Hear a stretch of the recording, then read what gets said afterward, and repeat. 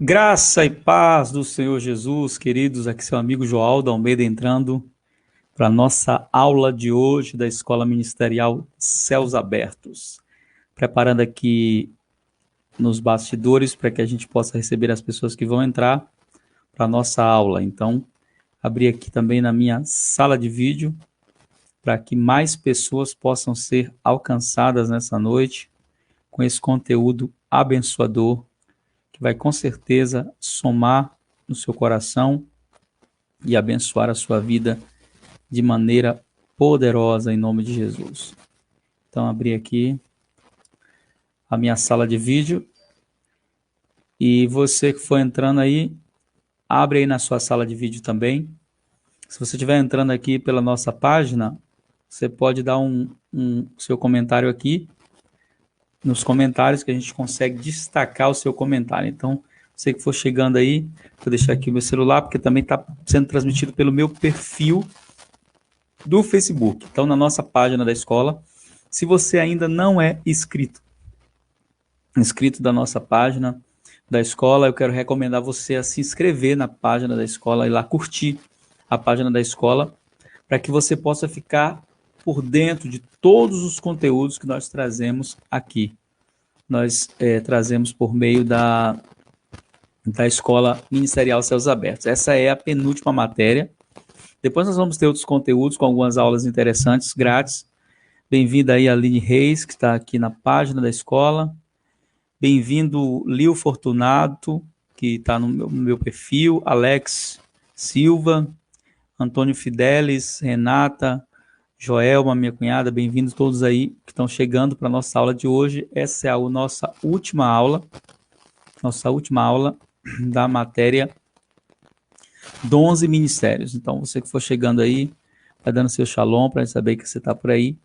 E você que ainda não curtiu, de novo, você que ainda não curtiu a página da escola, curte a página da Escola Céus Abertos, procura a Escola Ministerial Céus Abertos no Facebook, curte a página, essa live vai ficar hospedada lá, você vai poder assistir depois, compartilhar com as pessoas, e ao final também nós vamos subir para o nosso canal no YouTube, onde nós estaremos deixando e enviando para os nossos contatos que não puderam pegar a aula ao vivo. Boa noite aí, Alex. Posta aí o link da Semana da Blindagem Emocional. Bem-vinda, Val, minha amiga. Val, bem-vinda aí, que Deus possa estar abençoando grandemente. Posta aí, Alex, o nosso link da Semana da Blindagem Emocional. Você já fez a sua inscrição para a Semana da Blindagem Emocional? Não fez ainda? Deve fazer. Vai ser uma semana inteira de conteúdos poderosos, ensinando você como blindar as suas emoções para que você possa ficar bem diante das circunstâncias e adversidades que a vida traz. Então, se você não fez ainda a sua inscrição, você pode ir diretamente no site joaldoalmeida.com.br. Alex vai estar postando aí tanto aqui na página quanto no meu perfil o link do site para você ir direto fazer o seu cadastro. Bem-vindo, minha querida Edma. O Senhor te abençoe, você, Ricardo, sua família, grandemente, que o Senhor possa estar abençoando vocês de forma poderosa, em nome de Jesus. Todos que forem chegando aí, que a paz de Jesus esteja sobre a sua vida. Essa aula, queridos, era para nós darmos ela semana passada, mas eu tive um problema com a internet aqui do bairro caiu, na verdade não foi só aqui no meu local de trabalho, foi em todo o bairro aqui, nosso servidor, né, o pessoal que fornece a internet, caiu a internet, então nós ficamos impossibilitados de dar essa aula semana passada. Como a gente está nessa pegada da Semana da Blindagem Emocional, ficou um desafio nós fazermos essa aula, e aí vamos fechar hoje essa matéria. Se você ainda não assistiu às primeiras aulas dessa matéria, que é a matéria Dons e Ministérios, é só você ir no nosso canal no YouTube, lá tá. Todas as aulas, você vai colocar lá, né? Aula Dons e Ministério, busca lá, Joaldo Almeida, Escola Céus Abertos, você vai encontrar as 3 primeiras aulas. Essa é a 4ª aula, é a aula conclusiva. Nós vamos falar hoje sobre os 5 ministérios. Esse é um assunto muito extenso, e aí eu quero lembrar você, né, que esse conteúdo é um conteúdo grátis. E por ser um conteúdo grátis, nós não damos a totalidade da matéria. É uma maneira de nós informarmos e trazermos uma base de conhecimento, mas, para você ter ideia, só essa aula que nós vamos fazer agora, que é a aula de 11 ministérios, ela dura aí, em média, 2 horas, 2 horas e meia, para a gente fechar a aula, que a gente vai levar tudo em 40 minutos no máximo. Então, não tem como nós fornecermos todo esse conteúdo, a não ser que seja em uma escola ou presencial ou em um pacote fechado, como a gente faz com os nossos demais cursos. Então, aqui, você que está aqui pelo meu perfil, né, já está aí o link para você se inscrever na Semana da Blindagem Emocional. Não fique de fora, vai ser poderoso, vai ser extraordinário. Deus vai falar com você e você vai ter a experiência de aprender como blindar as suas emoções e viver uma vida emocional saudável. Querida Zezé, bem-vinda, Zezé Ferreira. Vini Lima, bem-vinda, Pai do Senhor Jesus. O Senhor possa estar abençoando vocês de maneira poderosa. Nós vamos iniciar a nossa aula para a gente não perder tempo, porque a ideia é que nós terminemos no máximo às 8h40. Essa aula é curtinha, ela deve durar pelo menos meia hora, e eu espero que a gente consiga fazer isso, né? Terminar em meia hora.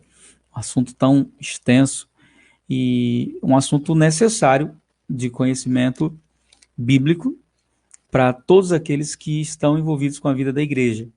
O assunto é os 5 ministérios. Na primeira aula, nós falamos que existem 3 categorias ou 3 classificações de dons.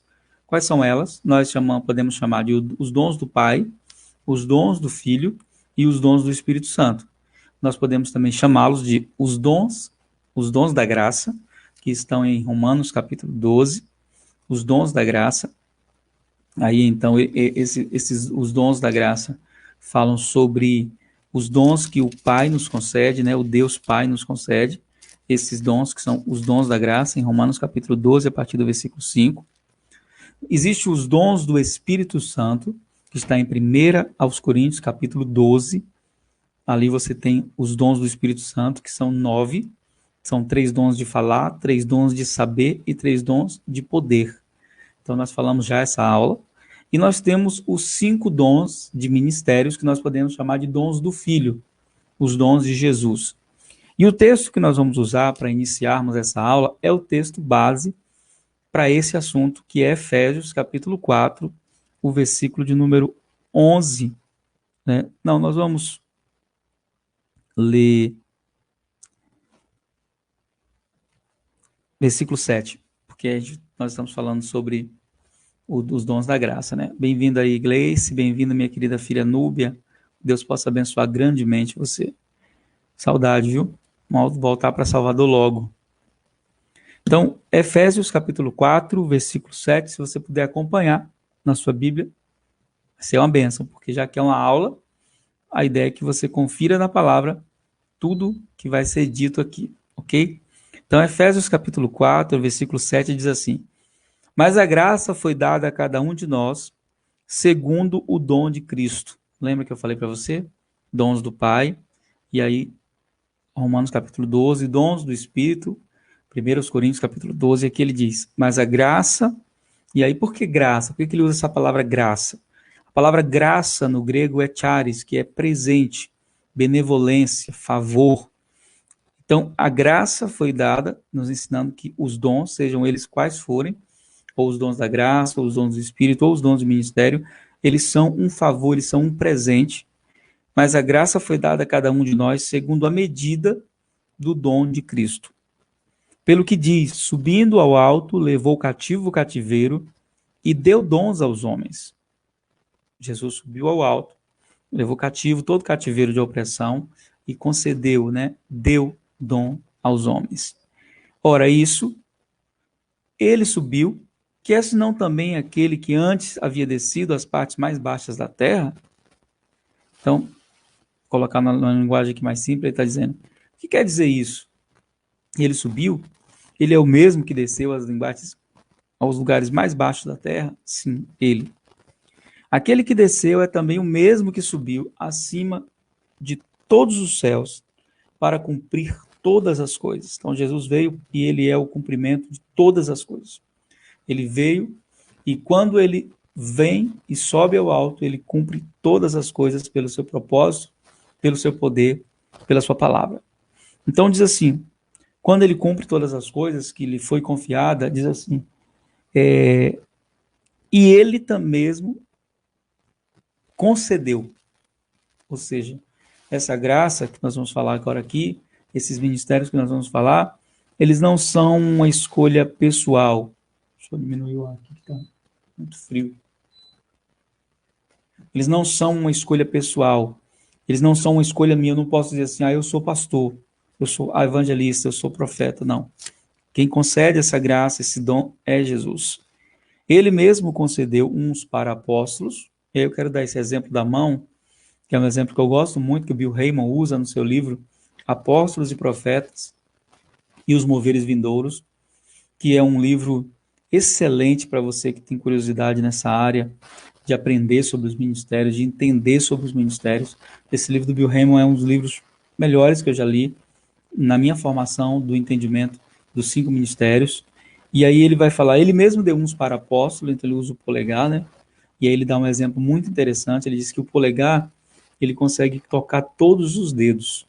E todas as pessoas que têm um chamado apostólico, que têm de fato uma identidade apostólica, é como se ele tivesse a graça de Deus de fluir na graça dos demais ministérios, ou seja, ele pode fluir de maneira evangelística, ele pode fluir de maneira profética, de maneira pastoral e como um mestre. Mas ele não consegue fazer isso de maneira permanente. Ele faz isso em ocasiões necessárias. Ou seja, um apóstolo chega em um lugar onde existe uma necessidade de um evangelista, então a unção evangelística pode vir sobre ele, mas a unção evangelística e o chamado, o ofício evangelístico é outra coisa muito diferente.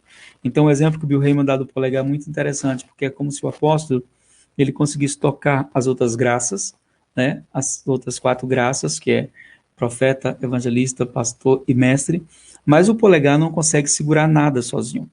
Então, se você tiver só o polegar, você não segura nada, ele não tem apoio, nos ensinando que um apóstolo não é completo sozinho, ele precisa dos demais ministérios, ele não vai poder fluir nas 5 graças permanentemente, ele precisa dessas graças para apoiá-lo ou dar suporte, assim como o microfone que eu estou usando aqui, tem um pedestal que dá suporte a ele, a mesa dá suporte ao pedestal e por aí vai. Então, um ministério dá suporte ao outro. Então, apóstolo, segundo profeta, né, usando a mão como exemplo, primeiro apóstolo, porque o polegar consegue tocar todos, o profeta é o dedo que aponta, o que confronta, o que aponta o caminho. O profeta é o ministério que geralmente traz direções e que traz conexões entre os céus e a terra, que mostra, que ensina para onde Deus está conduzindo a igreja, para onde Deus está levando a igreja, o profeta. O evangelista, né, que é o dedo maior da sua mão, evangelista, simbolizando aquele ministério que é chamado para fora das 4 paredes, mas o evangelista de Efésios 4:11, o verdadeiro evangelista, ele não é alguém que vai só para fora. A gente vai ver isso daqui a pouco. Ele é alguém que volta para capacitar os santos. O pastor, que é o dedo da aliança, né? Geralmente é o ministério casado com a igreja, aquele ministério fundamentado ali no entendimento da igreja. E o mestre, né? Que o Bill Heyman faz uma brincadeira dizendo que é aquele que veio para abrir os ouvidos. O mestre é o ministério da palavra, é o único ministério que tem poder de parar o profeta ou os outros ministérios, porque ele tem o equilíbrio da palavra. Há muita controvérsia em relação aos ministérios, eu não quero me prender a elas aqui.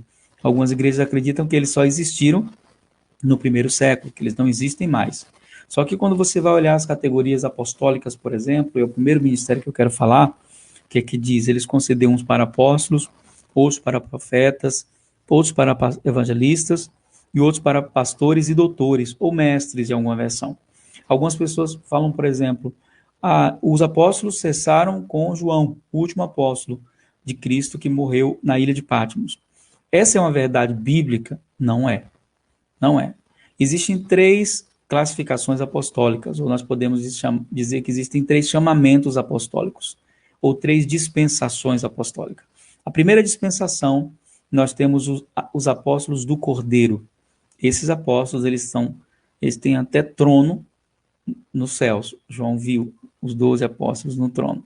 Não me pergunte quem está no 12º, que eu não faço a mínima ideia, tá?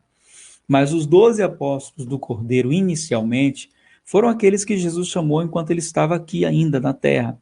Enquanto ele ainda estava aqui, num corpo de carne, ele escolhe 12 homens para andar com eles e os designa como apóstolos. A palavra apóstolo no grego significa comissionado, enviado, debaixo da mesma autoridade daquele que envia. Isso é apóstolo.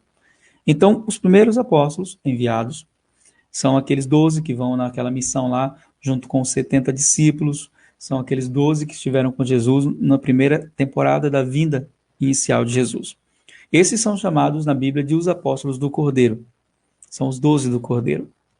Mas existe a segunda leva apostólica que se levanta no livro de Atos. No livro de Atos, nós encontramos alguns apóstolos que não estavam lá entre os 12.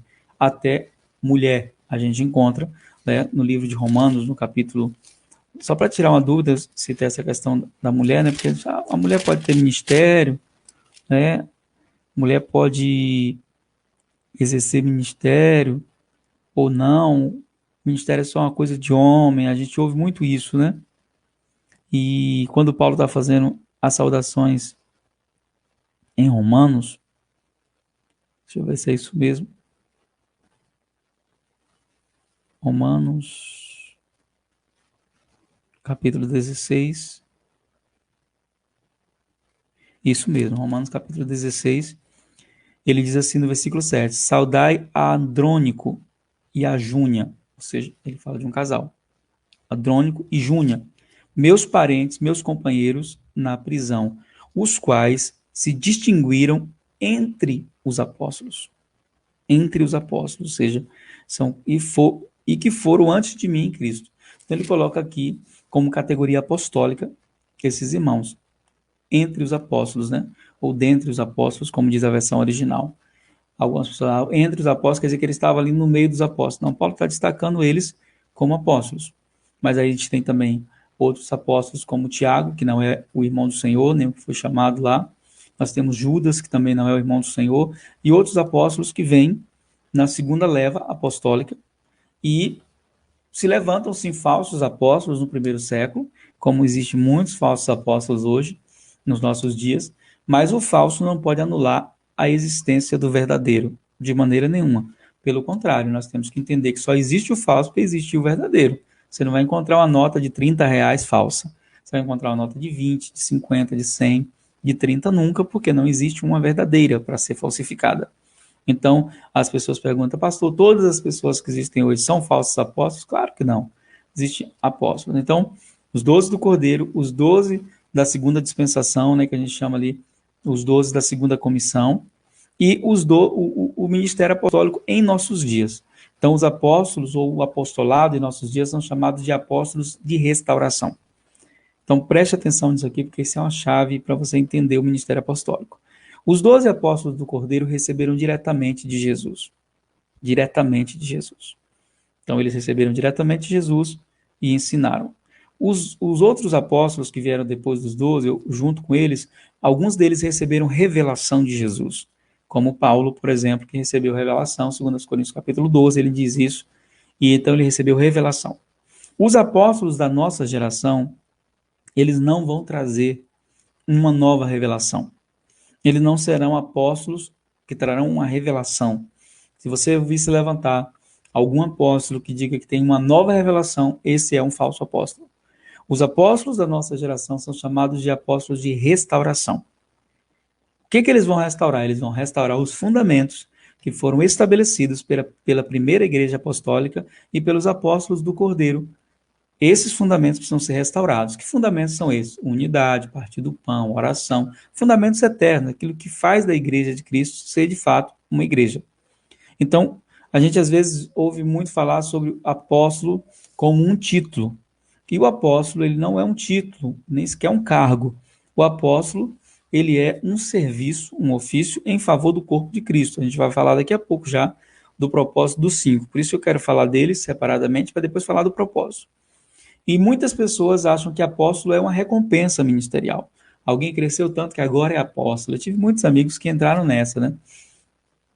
Que ser pastor não é mais suficiente, que ser profeta não é mais suficiente, tem que ser apóstolo porque está na moda, né? É um negócio que eu sou apóstolo fulano. Tem alguns até que se você chamar ele de pastor, ele se ofende. Se chamar de irmão, piorou.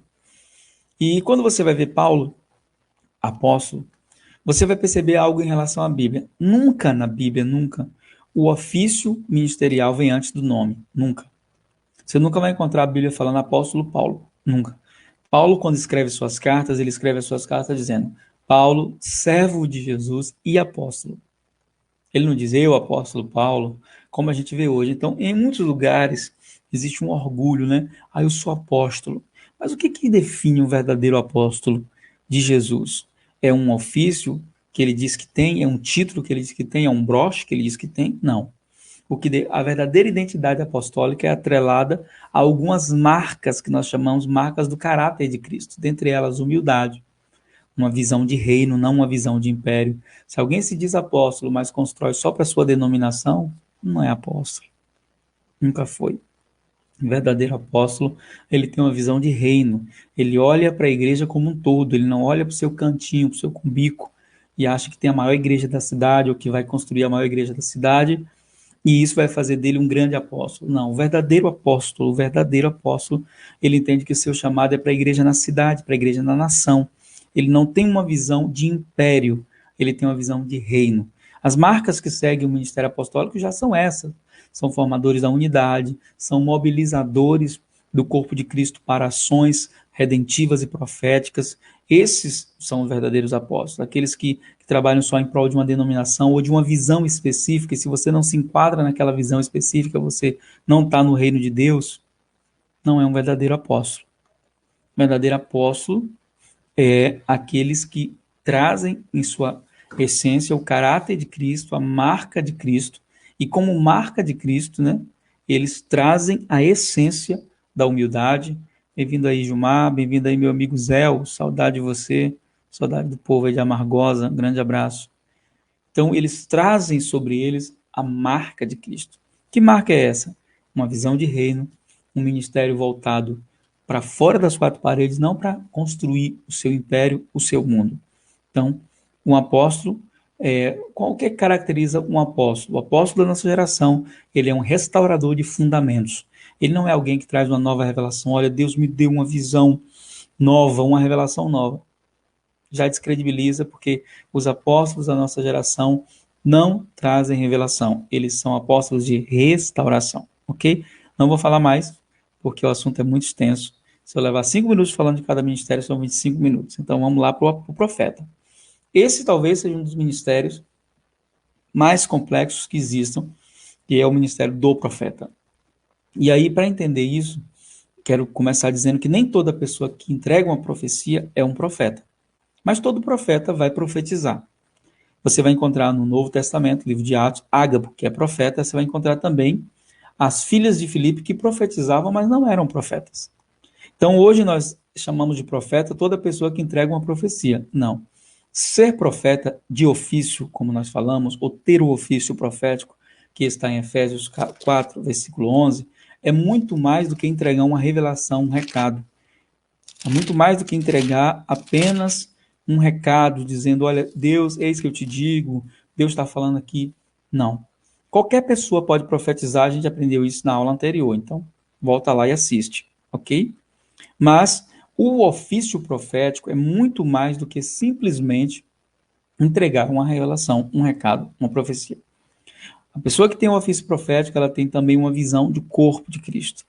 Ela traz direcionamentos do Senhor que vão edificar a igreja, que vão capacitar a igreja, que vão fazer a igreja se mover em um ambiente de guerra espiritual, que vão fazer a igreja se mover em um ambiente de intercessão, levando a igreja para uma direção espiritual que ela não caminha só, aquela direção que não é movida pelo que a mídia diz.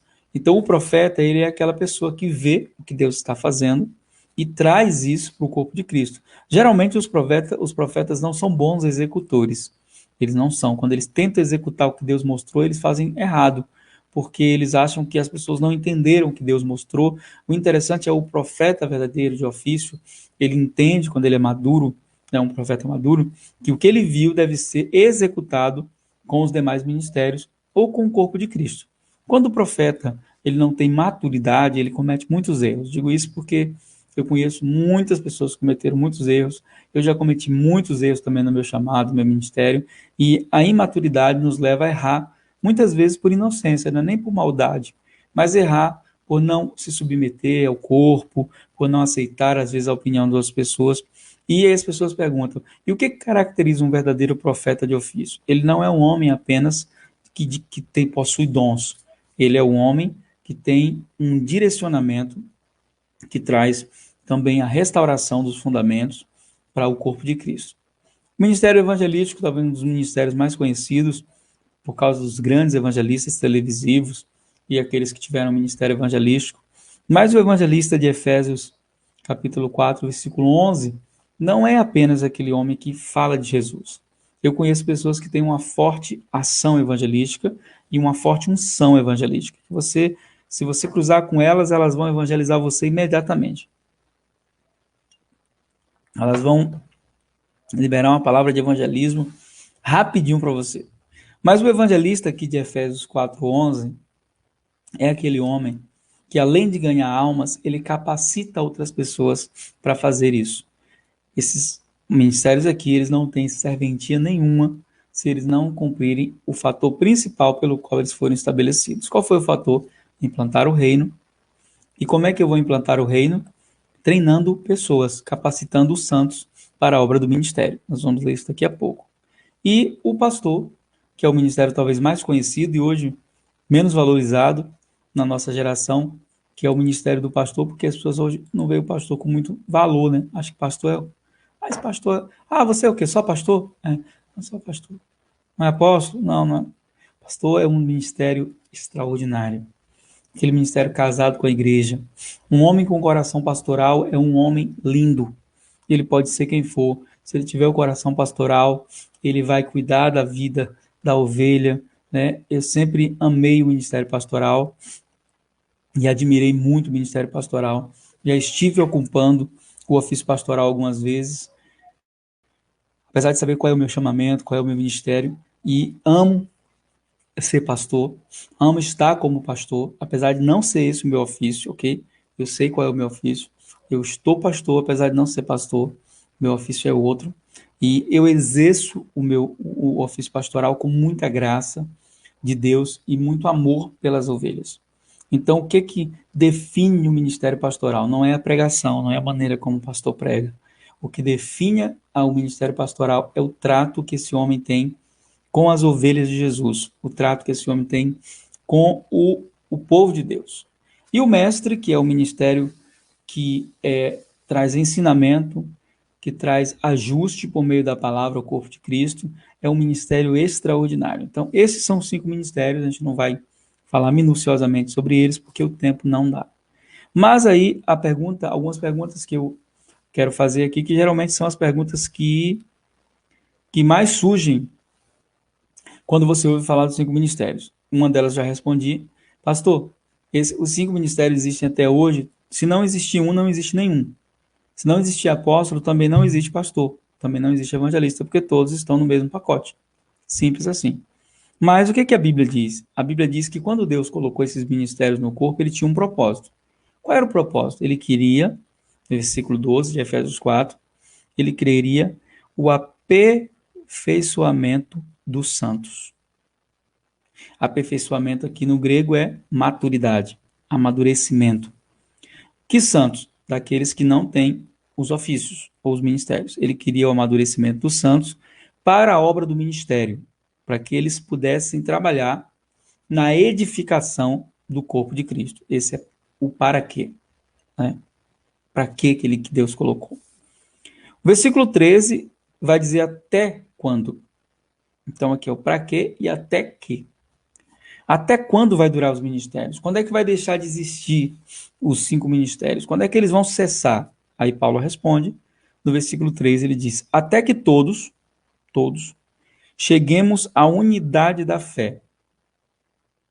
Deixa eu explicar isso aqui, porque a gente confunde muito unidade da fé com unidade do espírito. São duas coisas muito diferentes. No capítulo 5, no versículo 1 em diante, não, perdão, deixa eu ver. Capítulo 4, capítulo 4, do versículo 1 até o versículo 6, ele fala sobre a unidade do Espírito. Aqui, ele vai dizer um só Deus, um só Senhor, um só corpo. Ele fala sobre a unidade do Espírito. Aqui, Paulo está falando de unidade da fé. É diferente de unidade do Espírito. Qual é a diferença? É que a unidade da fé fala sobre todos os filhos. A unidade do Espírito fala sobre nós vivermos todos em um só amor. Um só amor. A unidade da fé fala de todos termos um mesmo nível de fé ou entendimento. Então, qual é o propósito dos ministérios? Levar as pessoas a viverem a unidade da fé, amadurecerem, exercerem fé verdadeira na sua vida, no seu dia a dia. E ao conhecimento do Filho de Deus, ou seja, uma revelação maior de Jesus como Filho de Deus, crescendo em mim. Ao conhecimento do Filho de Deus, a varão perfeito, à medida da estatura completa de Cristo. Ou seja, se você perguntar, o propósito dos ministérios, dos 5, qual é? É levar o corpo de Cristo a ser edificado e alcançar maturidade. Aí ele vai dizer o porquê que eles são necessários, por que eles precisam existir. Aí ele diz, para que nós não sejamos mais meninos, inconstantes, levado em roda por todo o vento de doutrina, pelo engano dos homens que com astúcia enganam fraudulosamente, de maneira que são fraudes. Então, por que é importante que os ministérios existam e funcionem? Para que nós sejamos livres de falsas doutrinas, para que nós sejamos livres de todo tipo de cilada do inimigo ou de todo tipo de questão maligna que vem para assombrar, que vem para destruir. Nós vivemos em uma geração de muitas falsas doutrinas. E as falsas doutrinas, elas devem ser podadas pelos ministérios. Os ministérios, eles têm como que um equilíbrio para eles distinguirem o que é uma doutrina verdadeira e o que é uma doutrina falsa e não deixar que isso alcance o corpo de Cristo.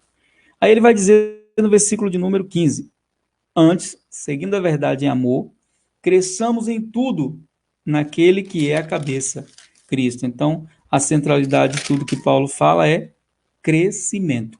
Aí ele vai dizer no versículo 16, do qual todo o corpo, bem ajustado e ligado, pelo auxílio de todas as juntas, falando dos ministérios como base, segundo a justa operação de cada parte dessa, apóstolo, evangelista, profeta, evangelista, pastor, mestre, faz a justa operação e o aumento do corpo para a edificação desse corpo em amor. Então vamos parar para pensar aqui. A curiosidade que surge geralmente quando nós estamos falando dos ministérios é a seguinte: pastor, qual é o meu ministério? Será que eu tenho um dos ministérios desse aí, um apóstolo? Sou um profeta? Eu sou um evangelista? Eu sou um mestre? E eu participei de muitos fóruns apostólicos e dei aula em várias escolas sobre os 5 ministérios. Na nossa escola Céus Abertos, a gente tem uma matéria voltada para isso. E participei de muitos fóruns onde as pessoas perguntavam, faziam perguntas. Uma das perguntas era, como é que eu sei se eu sou um apóstolo? Como é que eu sei se eu sou um profeta? Como é que eu sei se eu sou um pastor? Como é que eu sei se eu sou um evangelista ou um mestre? Como é que eu sei, pastor? E as pessoas respondiam dando vários sinais, porque se você fizer isso, se você fizer aquilo, significa que você não é, coisa e tal. Mas geralmente quando eu era a pessoa em questão, que eles me perguntavam, como é que eu sei que eu sou? Né? Qual é a minha identidade ministerial? Como é que eu sei? E eu fazia uma pergunta que parece uma pergunta idiota, um trocadilho bobo, mas que justifica o que eu vou falar. Eu perguntava para as pessoas o seguinte: o que um peixe faz para descobrir, para ter certeza que ele é um peixe? O que o peixe faz para ter certeza de que ele é um peixe? As pessoas ficavam assim pensando, né? E aí eu respondia brincando, dizia nada. Então tinha duplo sentido, né? Nada de nadar, o peixe nada, e não faz absolutamente nada. Com essa pergunta eu estava querendo dizer o seguinte: um gato não fica se perguntando se ele é gato. Um leão não se pergunta se é leão. Quando você tem o chamado, quando você tem o dom, ele vai se manifestar de maneira visível. em ações que são movidas pelo chamado. Não somos nós que escolhemos o chamado, é o chamado que nos escolhe. Então, se você realmente é um profeta, o próprio Deus vai te encarregar de dons que justifiquem isso, e você vai ter inclinações espirituais voltadas para isso. Se você realmente é um apóstolo, na verdade você não tem que amadurecer o funcionamento, porque muitas vezes o funcionamento é legítimo. Você tem que amadurecer o entendimento. E aí eu vi muitas pessoas que, depois do entendimento, anularam o funcionamento. Eles funcionavam com amor, e aí eu sempre falo, né, para aqueles que estão em escolas participando, eu digo assim, o que te apaixona a fazer? Se você me perguntasse hoje, Sr. Joaldo, o que você ama fazer? Eu amo servir o corpo de Cristo de maneira total. Não tenho nada que eu não gosto de fazer no corpo de Cristo. Eu gosto de aconselhar, eu gosto de pregar, ensinar, gosto de viver em comunhão. Mas dentre tudo isso que eu gosto, existem algumas coisas que eu gosto mais. Por exemplo, eu amo ensinar a palavra. Está claro que dentro da minha chamada ministerial, o mestre é uma das identidades. Algumas perguntas, a pessoa pode ter mais que dois, pode ser apóstolo e profeta, já vi isso, apóstolo e profeta. Geralmente ele pode ter, não é como os temperamentos, né, que tem um dominante e um influenciador, mas geralmente assim, você tem um ofício e você também se destaca em uma unção. Então eu posso ser um profeta e me destacar com a unção de mestre? Pode. Por exemplo, o Kenneth Hagin, ou conhecido por muitos como Kenneth Hagin. Ele era um profeta, mas tinha um poder muito grande de mestre e ensinamento, mas a característica do ministério dele é totalmente profética, pelas manifestações dos dons de maneira tão latente na chamada dele. O filho dele, o Kenneth Hagin Jr., é apóstolo. Então, interessante essa compreensão dos dons, porque o filho é apóstolo e ele é profeta. Então, se fosse no Brasil, o filho seria maior que ele. Porque no Brasil, eles colocaram o ministério como uma escada. Então, você começa como pastor, aí você se torna um profeta, depois você se torna um apóstolo. Gente, isso é tão bobo, é tão meninice isso, né? Que a gente vê tantas pessoas boas, não estou falando de gente ruim não, mas gente boa, que acredita que a funcionalidade do apóstolo é mais importante que do pastor. Não, não existe hierarquia entre esses ministérios. Apóstolo não é maior. Ah, mas lá em Coríntios, Paulo diz, Deus concedeu primeiro o apóstolo, mas é ordem, não é hierarquia. Primeiro é sentido de que veio primeiro, não é ordem. Não é ordem. Não é. Então, tem muito isso das pessoas pensarem o seguinte, o apóstolo é maior que o profeta. Eu me lembro de uma história, não vou contar isso aqui não, não tem nada a ver com. Mas assim, histórias ridículas que eu já ouvi, né, de pessoas que, um amigo meu que foi numa conferência, eu não vou contar, já falei, né? E aí na conferência ele foi no banheiro e alguém disse, não pode entrar nesse banheiro não, porque esse banheiro é dos apóstolos. E o dos pastores é onde? Do outro lado. Aí ele falou, mas vem cá, meu xixi é diferente, é do apóstolo? O xixi dele é ungido, é? Aí não, porque, né, então tem alguns lugares que é assim, né? A cadeira é reservada para o apóstolo, o pastor senta lá no fundo. Eu acho isso uma idiotice, gente. Eu acho ridículo isso, né? A minha definição do ministério é que no dia, né? Nós fizemos isso aqui na nossa igreja. No dia da unção do ministério, ao invés de haver aquele glamour, aquela celebração, a gente tinha que dar uma toalha e uma bacia. E esses caras, essas pessoas que estavam sendo levadas ao ministério, deveriam lavar os pés das pessoas. Deveria ser assim, toda unção, consagração, né? Aqui foi assim, na nossa igreja. No dia, os pastores, todo mundo teve que lavar o pé. E eu lavei os pés deles, os pastores estavam sendo unidos. Não foi assim que Jesus declarou humildade? Eu acho que isso meio que quebraria também, né? Essa questão do orgulho apostólico que muita gente tem. Eu tive um amigo que eu chamava ele pelo nome e um dia ele se irritou. Você não me chama de apóstolo? Eu falei, porque teu nome não é apóstolo, teu nome é fulano. Tá na tua identidade aí apóstolo? Então, assim, algumas pessoas às vezes me perguntam, e tem alguns amigos, né? Você vai ler nos comentários aí dos meus vídeos e na internet, alguns me chamam de apóstolo, outros me chamam de pastor. E se você me perguntar aqui, né? Falando aqui diretamente com você, Pastor, do que o senhor gosta de ser chamado? De Joaldo. Para mim tá bom demais.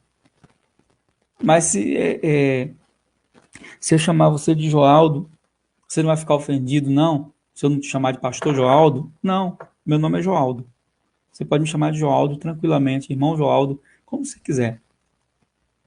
Não vou ficar ofendido de maneira nenhuma. Por quê? Porque a funcionalidade do meu ofício não depende do reconhecimento. Não depende do... a gente fala assim, tem que haver o reconhecimento. É impossível não reconhecer aquilo que se é de verdade. Então, eu nunca me preocupei com o reconhecimento do meu chamado. Nunca, nunca, nunca. Nunca. Eu sempre funcionei. Sempre funcionei. Naquilo que me apaixona, naquilo que eu vejo que tem fundamento verdadeiro. Para o corpo de Cristo, eu sempre funcionei. Mas existe muita confusão em relação aos 5 ministérios. Essas confusões, a maioria delas, gira em torno de importância. Quem é mais importante? O apóstolo, o profeta, o pastor? Nenhum vale nada. No céu não vai ter apóstolo, no céu não vai ter pastor, não vai ter nada. Eu me lembro de uma ministração muito linda do Luiz Hermínio, em uma conferência que eu estava, e ele, falando sobre o ministério apostólico, ele deitou no chão, chamou uma garota e mandou subir em cima dele, né? Ficou deitado com a garota em cima dele, nas costas dele, e disse assim, olha, esse é o lugar do apóstolo. Fundamento. Por quê? Porque Efésios 2:20 vai dizer que apóstolo é fundamento, não é cobertura. Então hoje a gente vê muito isso, né? As pessoas acreditam que o apostólico ou o ministério apostólico é cobertura. Então você tem que ser apóstolo porque você precisa ser cobertura. Mas a Bíblia não diz isso, não. A cobertura é Cristo, é o sangue, o cabeça é Cristo. Apóstolo é fundamento. Onde é que fica o fundamento? Em cima ou embaixo? Embaixo. Servindo, sustentando, dando suporte.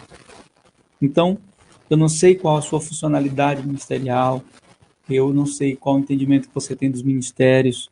Se você quiser ter um entendimento maior, existem muitas maneiras de aprender, né? Não se intitule pastor, apóstolo, profeta, não faça isso. Funcione no chamado que Deus tem para a sua vida, que o reconhecimento vem por parte dele. O próprio Deus faz acontecer. Não se preocupe com o reconhecimento. Se você tem um ministério apostólico, exerça-o. Se você tem um ministério profético, exerça-o. Se você tem um ministério evangelístico, exerça seu ministério. Se você tem um ministério pastoral, exerça. Eu sou pastor que vive pregando por aí. Pastor que não tem ovelha não é pastor não, viu? Pastor que não cuida de ovelha, deixa eu falar correto, né? Que a gente não tem ovelha, as ovelhas são dele. Mas pastor que não cuida de ovelha, não é pastor não, viu? Eu sou pastor, pregador, conferencista. Nem tem isso na Bíblia, conferencista. Nem tem. Então você vê ali o pastor fulano de tal, aí você pergunta assim, irmão, sua igreja onde é? Não, eu sou pregador itinerante. Então bota pregador itinerante, mas não se titule pastor. Pastor tem que ter cheiro de ovelha. Pastor tem que tirar carrapicho, tem que limpar a bosta de ovelha. Quando a gente fala que pastor tem cheiro de ovelha, às vezes cheira a bosta de ovelha mesmo. Então você vê o cara, eu sou pastor, mas não cuida de ninguém. Não gasta tempo com vidas. E aí, às vezes, os pastores convidam esses homens para pregar nas igrejas deles. Um cara que nunca cuidou de uma vida. Aí ele chega na igreja e ele libera uma palavra acabando com a igreja inteira. Ele não sabe o valor que tem, não tá? Aí espalha. Então você, que é alguém que tem um ofício, um ministério, esteja linkado ao corpo. A proposta dos 5 ministérios é edificar o corpo. É gerar sabedoria suficiente para que nós não venhamos cometer erros de cair em ventos de doutrina. Então, que possamos ter esse entendimento na nossa cabeça, ok? Revisando, para a gente terminar, são 8h43. Mistério apostólico, restauração, fundamento, visão de reino, visão de restauração dos fundamentos, paternidade, unidade, vida no espírito, tudo isso são fundamentos. Mistério profético, direcionamento da parte de Deus para o corpo, mas não pode ser executor sozinho. precisa dos demais ministérios para fluir. Ministério evangelístico, ações de impacto, mas também treinamento das pessoas que ficam. Ministério pastoral, cuidado com o corpo, cuidado com a ovelha. A força dele não é a pregação, é o trato. Ministério do mestre, ensinamento verdadeiro, trazendo equilíbrio para o corpo, para que o profeta, o apóstolo, o evangelista se mantenham alinhados com o prumo da palavra. Se os 5 ministérios trabalharem juntos, numa cidade, em uma organização, seja ela qual for, a igreja tem uma facilidade de crescimento. No Brasil, nós temos alguns ministérios que têm essa funcionalidade e eu creio no corpo de Cristo na cidade com essa funcionalidade. Tem pessoas que têm uma graça diferente da minha e eu preciso me alegrar nela, eu preciso me submeter a essa graça, entender que Deus não me deu tudo, de que eu não sou completo, de que eu preciso dos demais ministérios para completar o que eu estou fazendo. Todo homem que tem uma visão realmente apostólica e de reino, ele vai entender que o corpo de Cristo é ele e que ele é o corpo. Qualquer homem que diga apóstolo, que se diga e que vive atacando o corpo, não estou falando de atacar heresia, não estou falando de combater falsos ensinos, estou falando de atacar o corpo. Ele não tem o verdadeiro entendimento de reino, nem do corpo de Cristo. Amém? Espero que tenha sido claro. Se alguém tiver alguma pergunta sobre a questão dos 5 ministérios, faz aí que a gente responde, tá bom? Enquanto você elabora a pergunta, caso você tenha uma pergunta, eu quero falar para você da semana da blindagem emocional. Ela vai acontecer a partir do dia 15. Então vai ser uma semana de conteúdos abençoadores para você, uma semana que vai ensinar você como blindar as suas emoções para que você venha viver uma vida emocionalmente saudável. É legal entender como as nossas emoções funcionam. O autoconhecimento, ele é diferente do conhecimento movido por uma relação com Deus. Algumas pessoas perguntam, pastor, por que você está falando de questão emocional, sendo que você é um pastor?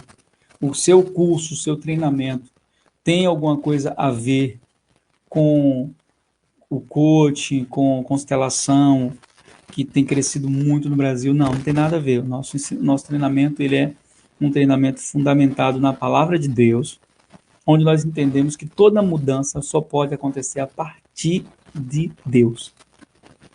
Eu sei que existem muitos cursos por aí de desenvolvimento pessoal, que são bons, mas mudança verdadeira só é gerada por meio da ação do Espírito Santo.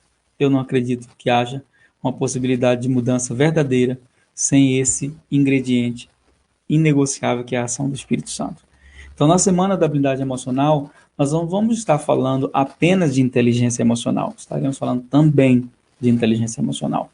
Mas inteligência emocional fundamentada em princípios bíblicos, não em PNL, hipnose clínica, nada contra.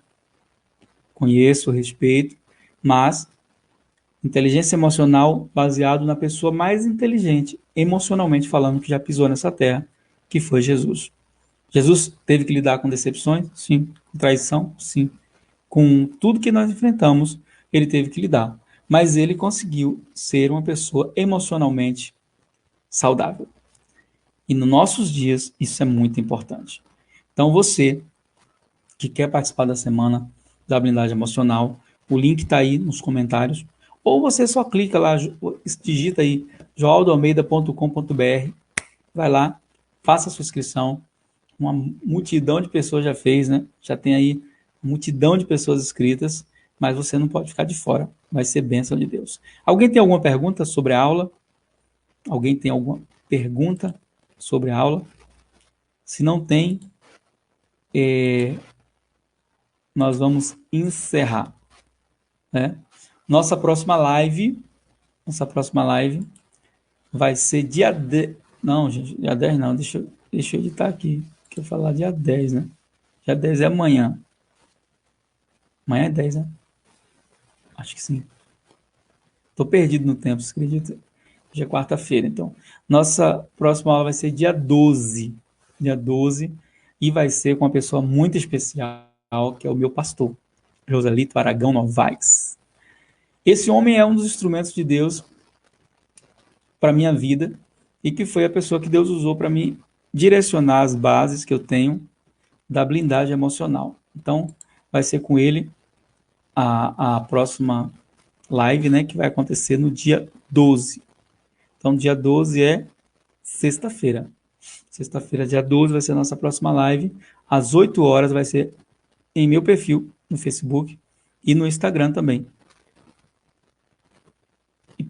No YouTube, não. Não vai ser no YouTube, não. A pessoa perguntou assim. No YouTube, não. Só no Instagram e no Facebook. Tá bom? Então, fica atento aí às nossas programações. Compartilha esse conteúdo aqui de ensinamento, entendimento. Terminando aqui, nós iremos subir para o canal no YouTube essa aula. E aí, se você estava ouvindo a aula e lembrou de alguém, você pode compartilhar, porque nós vamos mandar para todos os nossos contatos. Se você não está na minha lista de contatos do WhatsApp, que pena. Na nossa lista de contatos você vai receber muita coisa boa, dentre eles os 5 Minutos com Deus, que é um devocional que nós enviamos todos os dias, de segunda a sexta, todos os dias, não, segunda a sexta, e outros conteúdos abençoadores. Então, se você quiser, me envie um zap aí, né? Vou deixar aqui meu WhatsApp aqui nos comentários para você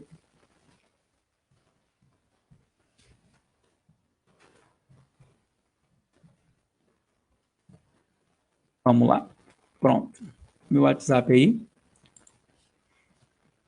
71985310645. Se você ainda não recebe o devocional 5 Minutos com Deus, se você ainda não recebe os nossos conteúdos pelo WhatsApp, esse é o WhatsApp. O que é que você faz?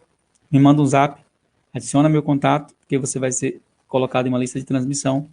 Esse é, eu sou Joaldo, assisti a aula, quero fazer parte de sua lista de contatos para receber os conteúdos. A gente vai estar enviando sempre para você os nossos conteúdos. E se inscreva na semana da blindagem emocional. Vai ser bênção demais.